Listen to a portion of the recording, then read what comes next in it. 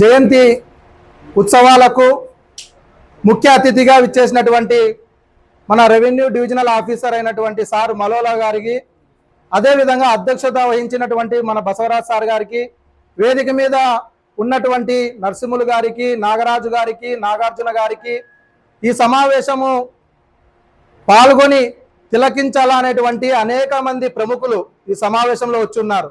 వాళ్ళల్లో బివి సుబ్బన్న గారు కానివ్వండి, బండా రాజప్ప గారు కానివ్వండి, సదాశివం గారు కానివ్వండి, లింగం ఆదినారాయణ గారు కానివ్వండి, పుత్తా ఎర్రిస్వామి గారు కానివ్వండి, బిల్లా నాగరాజు గారు కానివ్వండి, ఇక్కడ ఉన్నటువంటి ప్రతి ఒక్క సోదరి సోదరులకి పేరు పేరున ధన్యవాదాలు తెలియజేస్తున్నా.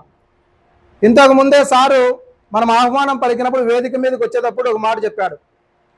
ఒక మంచి వ్యక్తి యొక్క జయంతిని రాష్ట్ర ప్రభుత్వం ఇంత ప్రతిష్టాత్మకంగా రాష్ట్ర వ్యాప్తంగా నిర్వహించడం అనేది చాలా గర్వకారణం అని చెప్పి సార్ చెప్పారు.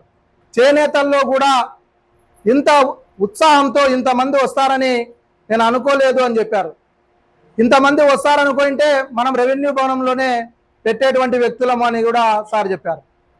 ఈ విధంగా చేనేతల్లో ఒక ఐకమత్యం, మన యొక్క స్థితిగతుల మీద చర్చించుకోవడానికి ఇలాంటి వేదికలు మరెన్నో కావాలనేటువంటి ఆకాంక్ష మా వర్గాల్లో ఉంది సార్ అని చెప్పి కూడా నేను సార్కు తెలియజేయడం అయినది.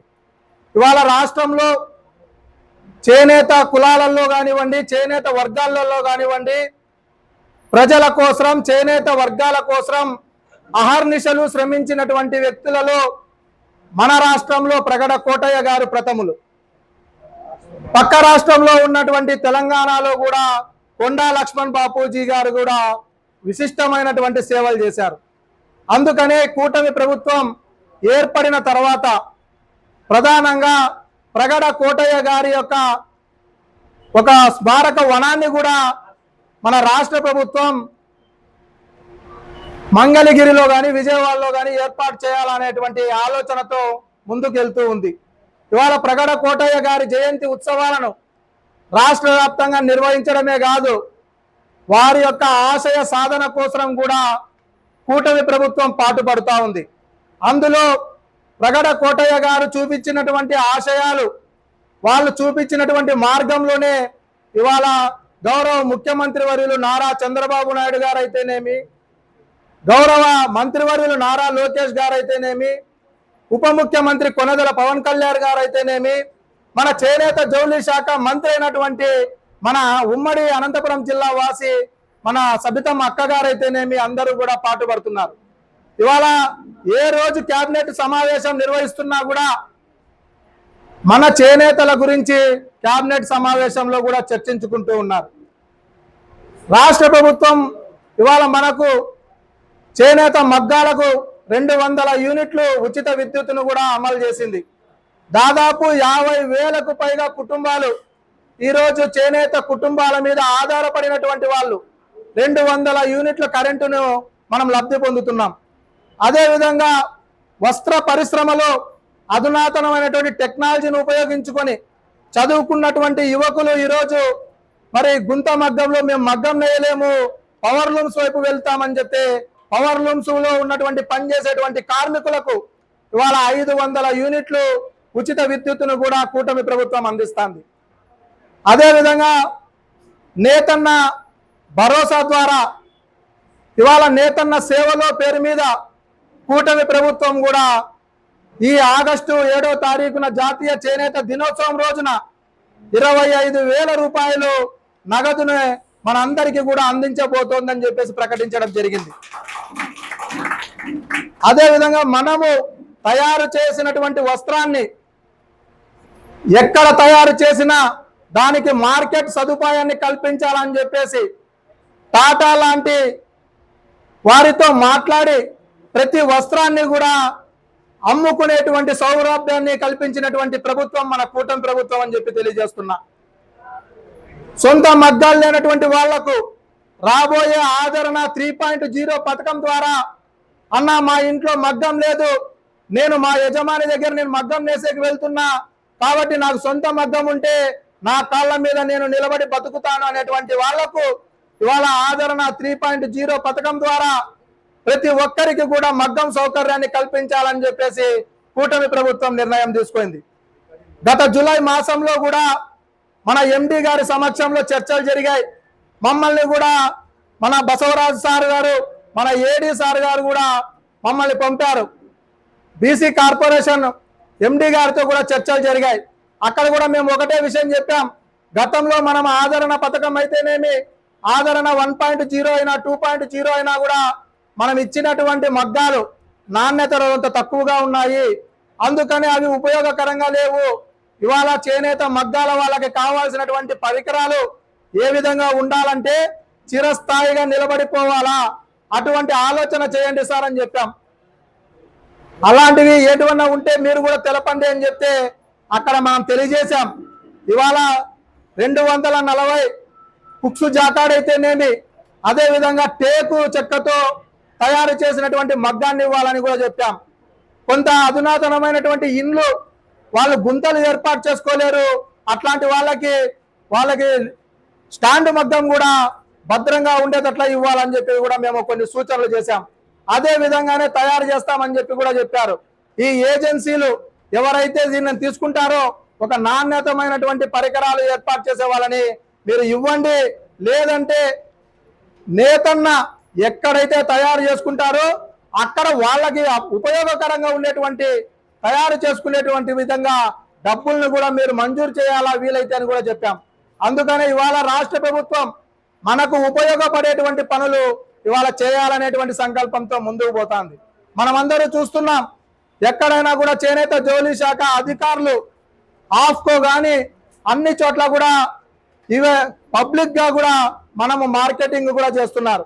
ఒకవైపు శాసనసభ సమావేశాలు నిర్వహిస్తుంటే అక్కడ మన వాళ్ళందరూ కూడా పోయి మనం నేర్చినటువంటి వస్త్రాలను అక్కడ మనం ప్రజెంటేషన్ చేస్తున్నాం.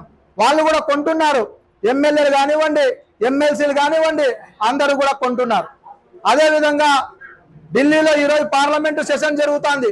అక్కడ కూడా మన ఆంధ్ర భవన్ లో అనంతపురం జిల్లా నుంచి పక్కనే ధర్మవరం నుంచి కూడా మన నాగరాజు అనేటువంటి వ్యక్తి అక్కడ ఒక మన ప్రమోటర్ గా ఉండి మన ధర్మవరం పట్టు చీరలు అయితేనేమి, సిండికేట్ నగర్ లో నేసినటువంటివి అయితేనేమి, యాడికిలో నేసినటువంటివి అయితేనేమి, అన్ని ప్రాంతాల్లో నేసినటువంటి పట్టు చీరలను కూడా అక్కడ పెట్టేసేసి మన యొక్క నైపుణ్యాన్ని ఢిల్లీ వ్యాప్తంగా కూడా వివరించి తెలియజేసేటువంటి పరిస్థితుల్లో ముందుకు వెళ్తాంది. ఇవన్నీ మీకు ఎందుకు చెప్తున్నానంటే ఆనాడు కలలు కనినటువంటి ప్రగడ కోటయ్య గారి ఆశయ సాధన కోసం ప్రతి ఒక్కరూ కష్టపడుతూ ముందుకు పోతున్నారు. ప్రగడ కోటయ్య గారు ఇంతకు ముందే చెప్పారు సారు, దాదాపు ఇన్ని వేల ఎకరాలు పేదలకు పంచిపెట్టారని. ప్రగడ కోటయ్య గారి యొక్క చరిత్ర మనం తెలుసుకోవాల్సినటువంటి అవసరం ఉంది. ప్రగడ కోటయ్య గారు 1952లో మరి అప్పుడు మనకి కాంగ్రెస్ పార్టీ మద్రాసు సంస్థగా ఉండేది. ఆనాడు ఎమ్మెల్యే టికెట్ అడిగితే మన వాళ్ళు ఇక్కడ ఉన్నటువంటి పాలకులు ఎమ్మెల్యే టికెట్ ఇలా ఎమ్మెల్యే టికెట్ అడిగితే ఏముందయా నీకు, ఆ గోసి ఆ అంగి తప్ప ఏం లేదు, నీకు నీ దగ్గర డబ్బులు లేవు, టికెట్ ఇవ్వమన్నారు. ఆనాడు ప్రగడ కోటయ్య గారు నా వెనకల నా చేనేతలు ఉన్నారు, వాళ్ళకి నేను బాసటగా నిలబడాలనుకున్నా, నా చేనేతలే నాకున్నటువంటి పెట్టుబడి అని చెప్పి నామినేషన్ వేసినారు. ఇంటి దగ్గర కూర్చొని ప్రతి ఇంటికి పోయి చేనేత కుల బాంధవుల్ని కలిసి, చేనేత యొక్క కుటుంబాలని కలిసి, నేను ఈ విధంగా మిమ్మల్ని నమ్ముకొని నేను పోటీ చేశాను, నాకు మీరు ప్రజలు నేను మంచి చేస్తానంటే నాకు ఓటేయండి, లేదు డబ్బు ఉన్నటువంటి వాళ్ళకే సీట్లు ఇస్తారంటే డబ్బు ఉన్నటువంటి వాళ్ళకి ఓటేయండి అని చెప్తే అందరూ కూడా పాపము పోటీ చేసేటువంటి ప్రముఖులు చాలా మంది మేమే గెలుస్తామని చెప్పారు. కానీ ఆనాడు ప్రగడ కోటయ్య గారు గెలిచారు. ఒక్కసారి కాదు, మళ్ళా రెండోసారి గెలిచారు. మూడోసారి పోటీ చేసేకొస్తే కాంగ్రెస్ ప్రభుత్వం ఇంటికి వచ్చింది. ఆనాడు దామోదర్ సంజీవయ్య గారు ముఖ్యమంత్రిగా ఉన్నప్పుడు వాళ్ళ ఇంటి దగ్గర పోయి, నాయన ప్రగడ కోటయ్య గారు నువ్వు పోటీలో ఉంటే మేము గెలిచాము, ఒక్కసారి మా వాళ్ళకి అవకాశం ఇవ్వండి, చీరాలలో మా వాళ్ళని నిలబెట్టుకుంటామని అడిగారు. ఆ రోజు చెప్పారు ప్రగడ కోటయ్య గారు, నేను పోటీ చేస్తానే నా కోసం కాదు, మా చేనేత వృత్తి మీద ఆధారపడినటువంటి కుటుంబాల కోసం నేను పోటీ చేస్తున్నా, లేదంటే మీరు ఎవరైనా చేనేతలు బాగా పనిచేసే వాళ్ళు ఉంటే మీ కాంగ్రెస్ పార్టీలో టికెట్ ఇవ్వండి, నేను విత్డ్రా చేసుకుంటా అని చెప్పారు. ఆ రోజు కాంగ్రెస్ ప్రభుత్వం చేనేత వర్గాలకు టికెట్ ఇవ్వు, మన కొనజేటి రోషయ్య గారికి టికెట్ ఇస్తాము, మీరు అతనికి సపోర్ట్ చేయండి అని చెప్పారు. అలా అయితే లేదు, పరిస్థితి అట్లా లేదు అని చెప్పి కొనజేటి రోశయ్య గారు మన రాష్ట్ర ముఖ్యమంత్రి, మాజీ ముఖ్యమంత్రి, ఆయన పోటీ చేసినా కూడా మన ప్రగడ కోటయ్య గారి చేతిలో ఓడిపోవడం జరిగింది. అంటే ఆనాడు విశ్వసనీయతకు, విలువలకు మన ప్రగడ కోటయ్య గారు పెట్టింది పేరు. ఆ విధంగా గెలిచిన తర్వాత 4వసారి ఈ రాష్ట్రంలో మనకి ఇతని సేవలు అవసరము, ఖచ్చితంగా మీరు ఈ రాష్ట్రానికే పరిమితం కాకూడదు, మీరు రాజ్యసభకు వెళ్ళాలా, ఢిల్లీ లెవెల్లో ప్రధాన దృష్టిలో కూడా అన్ని రాష్ట్రాలకు చేనేతలకు అవసరం అని చెప్పేసి ఆయనను రాజ్యసభకు పంపించడం జరిగింది. ఆ విధంగా మన ప్రభుత్వాలు మన చేనేతల పట్ల చిత్తశుద్ధితో పనిచేస్తే మనలో కూడా చాలా మంది ఉన్నారు నిస్వార్థంగా పనిచేసేటువంటి వాళ్ళు. ప్రగడ కోటయ్య గారి వారసులు ఇప్పటికీ మనం ఉన్నాం. ప్రగడ కోటయ్య గారి ఆలోచనలను మనమందరూ కూడా తీసుకొని ముందుకు పోవాలా. డబ్బు శాశ్వతం కాదు, విలువలు శాశ్వతం అని చెప్పి నిరూపించినటువంటి వ్యక్తి మన ప్రగడ కోటయ్య గారు. ప్రగడ కోటయ్య గారి యొక్క ఆశయ సాధన కోసం ఇవాళ ప్రభుత్వాలన్నీ కూడా నడుం బిగించాయి. ఒక ఆంధ్రప్రదేశ్ రాష్ట్ర ప్రభుత్వమే కాదు, దేశంలో అన్ని రాష్ట్ర ప్రభుత్వాలు కూడా ప్రగడ కోటయ్య గారి వైపు చూశారు. ఒకసారి కాంగ్రెస్ ప్రభుత్వం, యూపీఏ ప్రభుత్వం ఉన్నప్పుడు మన చేనేత రంగానికి బడ్జెట్లో తక్కువ బడ్జెట్ కేటాయించినారు. ఆ రోజు ఆర్థిక మంత్రి చిదంబరం గారు పార్లమెంటు సాక్షిగా ఒక ప్రకటన చేశారు. ఈ సభలో మన ప్రగడ కోటయ్య గారు ఉండింటే ఈ యొక్క ప్రభుత్వాన్ని చీల్చి చెండాడేవాడు అని చెప్పారు. అంటే ప్రగడ కోటయ్య లాంటి వ్యక్తి అక్కడికి ఉండింటే ఖచ్చితంగా చేనేత రంగానికి బడ్జెట్లో కోత పెట్టాలంటే వాళ్ళు భయపడేటువంటి వ్యక్తులు. ఆ విధంగా మన యొక్క గళాన్ని ప్రగడ కోటయ్య గారు వినిపించారు కాబట్టి వారి యొక్క త్యాగాన్ని, వారి యొక్క సేవలను మన ప్రభుత్వం గుర్తించి అధికారికంగా రాష్ట్ర పండుగగా నిర్వహించడం జరుగుతుంది. ప్రగడ కోటయ్య గారు అంతిమంగా చివరి రోజుల్లో ఆయన ఒక పెద్ద చైర్లో కూర్చునేటువంటి వాళ్ళు, పెద్ద ఆయన మాట్లాడుతూ చనిపోతే ఒకటే కుమారుడు అతనికి. ఆయన దగ్గర ఉన్నటువంటి ఆస్తి ఎంత ఉందప్ప అంటే కేవలం 96 రూపాయలు మాత్రమే, చిల్లర 2 రూపాయల కాయిన్లు, 5 రూపాయల కాయిన్లు సంచిలో పెట్టుకున్నారు, ఒక కవర్లో పెట్టుకున్నారు. అది కూడా ఆయనకు సొంతం ఇల్లు లేదు, ఒక పూరి గుడిసె మాత్రమే ఉంది.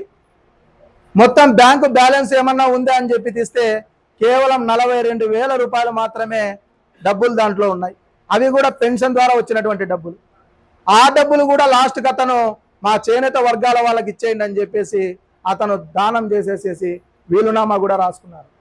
ఆ విధంగా పనిచేసి ప్రగడ కోటయ్య గారు మన నుంచి కూడా దూరం అయ్యారని చెప్పేసి అనుకుంటున్నాం తప్ప, కానీ ఇప్పటికీ మన గుండెల్లో ఉన్నాడని చెప్పేసి తెలియజేస్తున్నాం.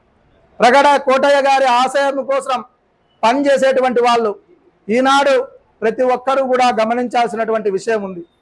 మనం ప్రభుత్వం ఇచ్చేటువంటి సంక్షేమ పథకాల మీద మాత్రమే మనం ఎదురు చూడకుండా మన రంగాన్ని పరిరక్షించుకునేందుకు మనము కృషి చేయాలని చెప్పేసి తెలియజేస్తున్నాం. చేనేత